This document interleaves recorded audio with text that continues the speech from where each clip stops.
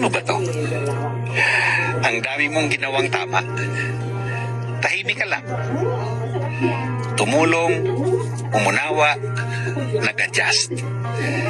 Tapos, isang beses, isang pagkukulang lang, ang hindi nila nagustuhan.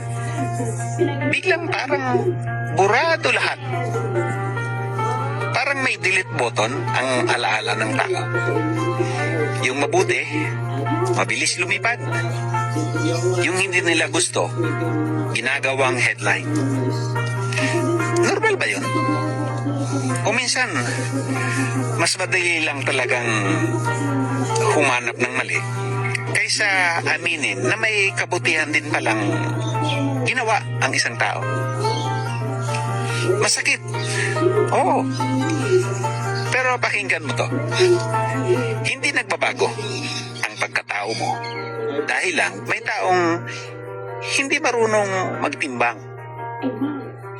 Kung nagkamali ka, ayusin. Tahimik man o harap-harapan.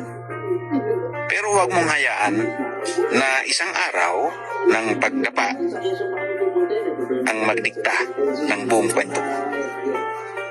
Tuloy lang sa mabuti. Hindi para magpaliwanag sa lahat, kundi para manatiling ikaw. At kung may nakalimot, may mga taong makakita. Sapat na yun.